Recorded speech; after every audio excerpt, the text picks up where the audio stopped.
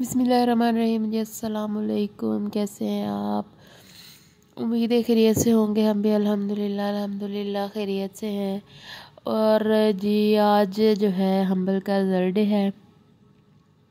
Finally वो दिन आ गया जिसके लिए पिछले 6 महीने से हम लोग इंतज़ार कर रहे हैं कि कब हम्बल जो है वो नेक्स्ट क्लास में हो। और नो डाउट मुझे तो एक दो दफ़ा शक भी पड़ा कि ये ना वो ऐसा ना हो कि जो स्कूल वाले हैं ना वो इसको इसी क्लास में छोड़ दें, क्योंकि हमने ना इसको अक्टूबर में दाखिल करवाया था ना। तो फिर मुझे ये था कि मतलब इसने फ़र्स्ट टर्म के एग्ज़ाम्स भी नहीं दिए हुए। सो मुझे बस ये इशू है। लेकिन चलो खैर देखते हैं कि जी क्या होता है।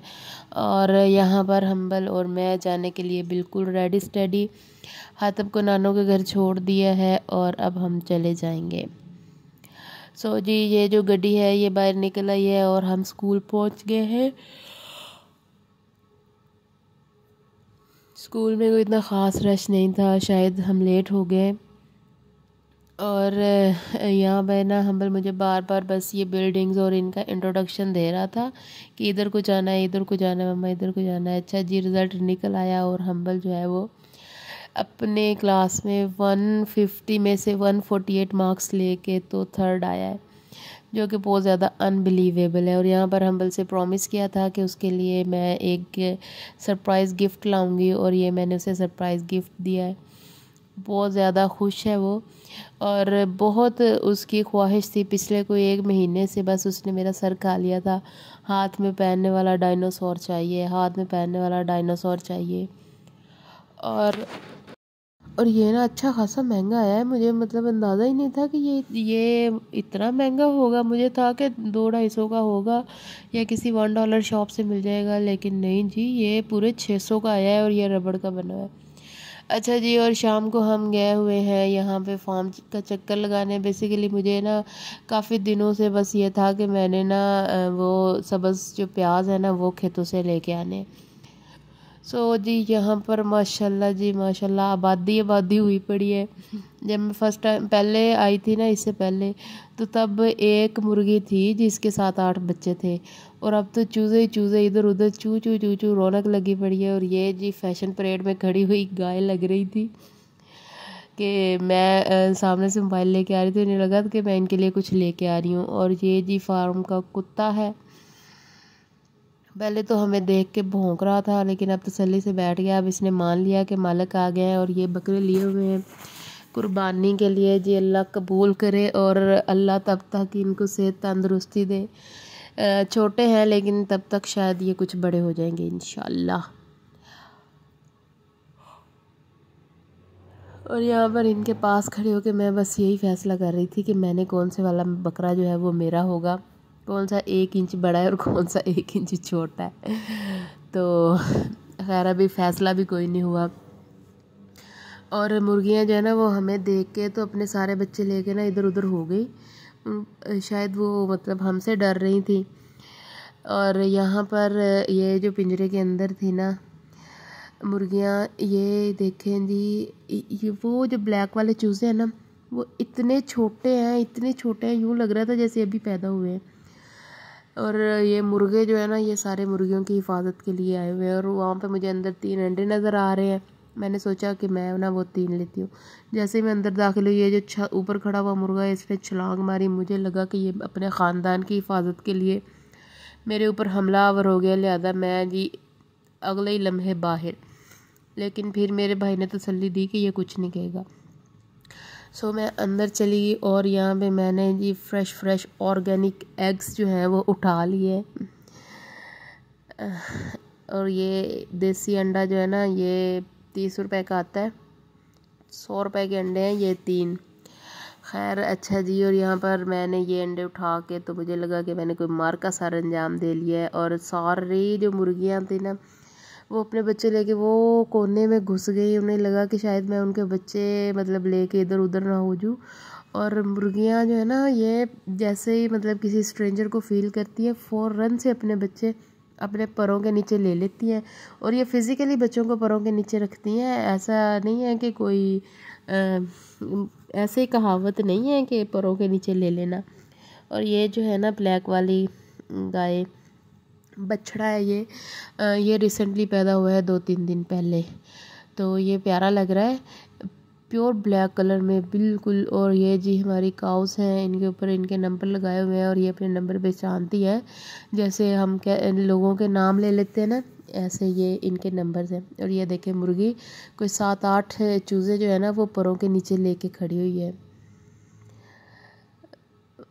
और कुछ ना यहाँ पे कोई मतलब ऐसा कोई परिंदा भी आता है जो बच्चे उठा के ले जाता है। पहले मैंने सोचा इसको हिलाऊंगी, लेकिन फिर मैंने कहा नहीं, ये मारे ना, मुर्गियाँ मारती हैं जब उनके बच्चों को छेड़े। तो यहाँ पर मैं जा रही हूँ, ये जी हमारे कुत्ते के घर वाली बेगम उसकी जा रही है और ये प्रेग्नेंट है, सुना है। अल्लाह इनके ख़ानदान में बरकत दे। अच्छा जी, ये मैं ना प्याज जो है वो उखाड़ने जा रही हूँ, लेकिन बारिश हुई है तो जिसकी वजह से ना कीचड़ बहुत हुआ है, मतलब जो ज़मीन है ना वो नरम बहुत हुई है। सो मैं इस सारी फसल के अंदर तो नहीं जा सकी। और ये कौवे जो है ना, ये पता नहीं किस लिए यहाँ पर कोई प्रेस कॉन्फ्रेंस कर रहे हैं, या शायद ये पीटीआई के उसमें पीटीआई का साथ देने के लिए यहाँ इकट्ठे हो रहे हैं कि ये यहाँ से जुलूस लेके जाएंगे।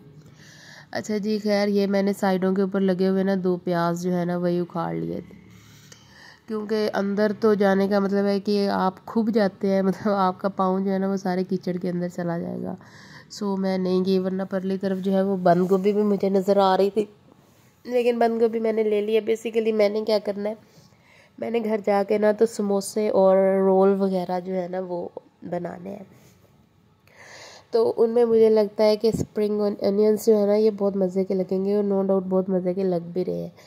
तो यहाँ पर मुझे घर आ गए हैं, और आने के बाद ना ये मैंने चिकन जो है ना, ये सारा बोनलेस नहीं है, ये मैंने चूल्हे पे चढ़ा दिया है। और ये मैंने ज़्यादा पानी डाला हुआ है क्योंकि इसके अंदर ना कुछ जो चिकन है ना, कुछ तो फार्मी है और कुछ जो है ना वो देसी है। सो इसके अंदर मैंने थोड़े से चिली फ्लेक्स और नमक और थोड़ी सी काली मिर्च डाल के ना तो इसको रख दिया है, और 1-1 चम्मच अदरक और लहसुन का पेस्ट भी डाल दिया। तो यहाँ पर मैं इनको ढक के रख दूँगी जब तक ये अच्छे से वो नहीं हो जाता, चिकन जो है ना वो अच्छे से नरम नहीं हो जाता, और जो हड्डियाँ हैं ना वो चिकन छोड़ नहीं देती। और यहाँ पर चिकन नरम हो गया है, मैंने चिमटे की मदद से ना ये चिकन निकाल लिया है, लेकिन इसके अंदर अभी अदरक लहसुन का पेस्ट जो है ना वो वैसे पड़ा हुआ है। सो वो मैंने पड़ा रहने दिया, क्योंकि बाकी की जो सारी फिलिंग है ना वो मैंने इसी वाली कढ़ाई के अंदर जो तैयार करनी है। जब बात करते करते मुझे ऐसा फील हो रहा है कि मैं ना बहुत ज़्यादा ये वर्ड बोलने लगी हूँ, जो है। अच्छा जी, यहाँ पर चिकन जो है वो मैंने श्रेड कर लिया है, बहुत ज़्यादा नहीं किया है, कोई इतना ये नहीं है कि मैंने किसी चॉपर वगैरह में डाल के किया, बस मोटा मोटा ही रखा है कि चलो अगर चिकन के जंग मतलब मुंह में आए ना तो ये पूरा एक पीस तो आए। इसके अंदर सोया सॉस और चिली सॉस डाला है। चिली सॉस मैंने थोड़ा कम डाला है क्योंकि इससे मुझे लगता है खट्टा खट्टा हो जाता है। और दूसरे चूल्हे पे चाय बन रही है, इसके साथ ही मैंने गाजरें भी डाल दी हैं। गाजरें आपने क्रश करके डालनी है, मैंने कद्दूकश की हुई हैं, जैसे भी आपका दिल करे वैसे डाल लें, लेकिन काट के मत डालिएगा, वो फिर गलती नहीं है। और बाकी की शिमला मिर्च भी डाल दी है। अगर तो बच्चे खा रहे हैं ना तो फिर वो गाजरें और इस तरह की जो भी चीज़ क्रंच उनके मुंह में आएगा ना वो निकालते जाते हैं। पता नहीं ऐसा आप लोगों के बच्चे करते हैं कि नहीं, लेकिन मेरे तो करते हैं। अच्छा जी, बंद गोभी मैंने वावा सारी ली हुई है क्योंकि ये ज़रा सस्ती पड़ रही थी, तो मैंने कहा चलो फीलिंग ही तैयार करनी है ना, तो इट्स ओके। सो मैंने कोई बड़े वाला जो फूल है ना वो आधे से ज़्यादा ही लिया हुआ है, और ये थोड़ा थोड़ा करके आपने डालना है ताकि आप अच्छे से मटेरियल को हिला सकें। अगर एक ही दफ़ा में सारा डालेंगे ना तो वो हिलाया नहीं जाता, मुश्किल हो जाती है इधर उधर, मतलब वो बहुत ज़्यादा ना मैस क्रिएट हो जाता है। अनियंस भी डाल लिए हैं। अब मैंने यहाँ पे सब्जियों के अकॉर्डिंगली जो है बाकी के स्पाइसेस डाले हैं, क्योंकि चिकन में तो पहले डाले हुए थे। सो काली मिर्च है, चिली फ्लेक्स है, और थोड़ा सा ज़ीरा है, ज़्यादा जोश में डाला है, मसल के तो वो बाहर गिर गया है, और नमक डाल दिया है। नमक डालने के बाद आपने सिर्फ 5 मिनट इनको कुक करना है, 5 मिनट से ज़्यादा आपने सब्जियां कुक नहीं करनी, वरना जो सब्जियां हैं ना वो सारा उनका जो कलर है ना वो फेड हो जाता है और वो इतनी खूबसूरत लगती भी नहीं है। और ये 3 अंडे मैंने बॉयल किए हैं, तो इनको जब तक वो सब्जियों को मैंने दम पे रखा हुआ है, मैंने सोचा कि अंडे जो है ना वो मैं कर लेती हूँ। इनको भी मैंने इस तरह कद्दूकस से कर लिया है। इससे ये इवनली हर पूरे मतलब जो सारी फिलिंग है ना उसमें फैल जाएंगे, इर्द गिर्द हो जाएंगे, एक जगह नहीं रुके रहेंगे। अच्छा जी, यहाँ पर आप देखेंगे ये सब्जियाँ अच्छे से हो गई हैं, लेकिन इनका कलर अब भी है। शायद रोशनी में आपको अच्छे से नज़र ना आ रहा हो, लेकिन अभी है।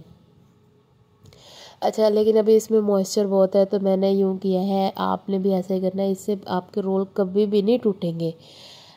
रोल या समोसे कुछ भी हो ना, जब आप उनको फ्रीज़ करेंगे तो वो कभी भी नहीं टूटेंगे। आपने एक इस तरह की छलनी लेनी है और सारा जो मटेरियल है ना इस छलनी में डाल देना है।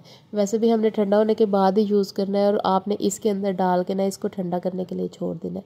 इसमें से ना इस तरह होगा कि जितना भी इसके अंदर एक्स्ट्रा किस्म का मॉइस्चर होगा ना, वो भी सारा पानी और सारा जो एक्स्ट्रा ऑयल होगा ना वो भी निकल जाएगा। हमें रोल की फिलिंग में ना तो एक्स्ट्रा ऑयल की ज़रूरत होती है और ना ही पानी की। तो यूँ मैंने इसको रख दिया था तकरीबन आधे पौने घंटे के लिए, कि जब तक ये होगा तब तक मैंने सोचा कि मैं जो है वो भांडे धो लेती हूँ, जितने भी भांडे पड़े हुए हैं। फिर उनको मैंने साबुन शाबुन लगा के तो धोना शुरू कर दिया। और फिर मुझे ये कि अभी तो मैं शायद रोल बनाऊँ भी ना, कि सुबह ही बनाऊँगी, क्योंकि अभी बच्चों ने सोना है और फिर मुझे खुद भी कुछ काम है। सो अच्छा जी, और सारा कुछ बनाने के बाद हम जी हम्बल की रिज़ल्ट जो है उसको सेलिब्रेट करने के लिए एक होटल में आए हुए हैं। और यहाँ पर ये लाइट्स मुझे इतनी खूबसूरत लग रही हैं ना, पता नहीं, मैं बार बार मुंह ऊपर करके इन लाइट्स को ही देखी जा रही हूँ। और लाइट्स और कलरफुल लाइट्स तो मेरी शदीद किस्म की कमज़ोरी है ना। अच्छा, और इसके बाद मैंने जो है ना वो रोल नहीं बनाए, और मैंने ये सारा मटेरियल फ्रिज में रख दिया था। और अब ये जो नेक्स्ट डे हो चुका है और मैं स्कूल से आ चुकी हूँ। ये जो पट्टियाँ ना ये भी फ्रीज़र में पड़ी हुई हैं। ये मैं 1 किलो पट्टियाँ लेके आई थी कल, और 1 किलो पट्टियाँ सिर्फ 200 रुपीज़ में आई हैं। और इनसे आप जो है ना, जितनी कि मेरी फैमिली है ना, मतलब 2 या 3 लोगों की फैमिली है, उसके लिए आप पूरे महीने, पूरे रमज़ान के समोसे बना के रख सकते हैं। पूरे रमज़ान के रोल और बॉक्स पैटीज़ जो भी आप चाहो ना, आप बना के रख सकते हो। अच्छा जी, मैंने समोसे तो पहले बनाए हुए हैं। सो मैंने एक साइड इनकी अलग कर ली थी कि मैं उसकी बॉक्स पैटीज़ बनाऊंगी, और एक जो रोल पट्टी होती है ना उसके आप 3 समोसे बना सकते हैं। तो कभी भी समोसा पट्टी ना लें, आप किसी भी अथेंटिक सी बेकरी के, जो आपके स्कूल में, कहने लगी सॉरी, टीचर हो ना तो स्कूल ही निकलता है मुंह से, जो आपके मतलब एरिए में हो ना, आप वहाँ से ना जाके तो खुली बनती है ना, जो वो खुद अपने समोसे वगैरह बनाने के लिए लेते हैं, वो बड़ी आसानी से दे देते हैं। तो आप एक पूरी रोल पट्टी लें, ठीक है ना, और उसके समोसे और बनाए। अच्छा जी, अब मैंने एक निकालने के बाद और बाकी ना ये जो है ये रोल्स बनाना शुरू कर लिए। दो मतलब 3 हिस्से करती हूँ ना पहले मैं समोसे बनाने के लिए, तो आज मैंने सिर्फ इसके 2 पार्ट्स किए हैं। और इस तरह आप जो है मैदा घोल लें, और उसके साथ आप बहुत अच्छे से ना इसको करके तो रख दें, और बहुत अच्छी बनती है, बहुत मज़े की बनती है। फ्राई होने के बाद ये जो आप आम बेकरी से लेते हैं ना, ये बहुत क्रिस्पी होती हैं समोसा पट्टियाँ। सो आपको इतना कोई इशू नहीं है। और 200 रुपये में तो कोई मुझे ये लगती नहीं है महंगी बिल्कुल भी, किसी किस्म की भी।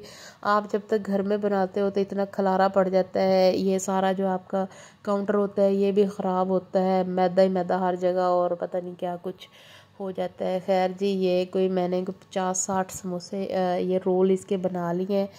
और पहले मैंने सोचा कि मैं ना टिश्यू समेत ही रख लेती हूँ।